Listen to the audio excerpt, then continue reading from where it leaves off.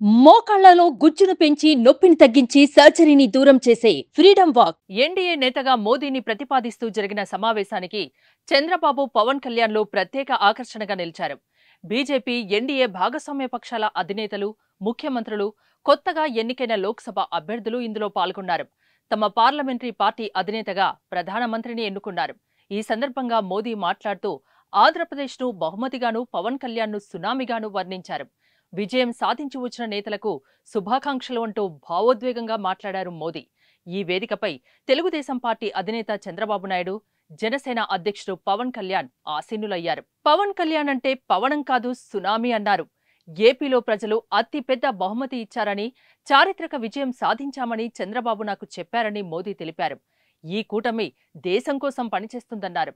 భారతదేశ స్ఫూర్తికి ఎన్డీఏ ఒక ఉదాహరణ అన్నారు మోదీ.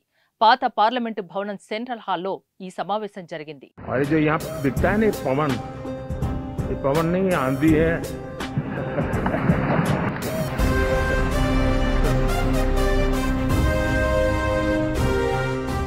సుమన్ టీవీలో మీ పర్సనల్ అండ్ బిజినెస్ ప్రమోషన్స్ కోసం కింది నెంబర్కి కాంటాక్ట్ చేయండి.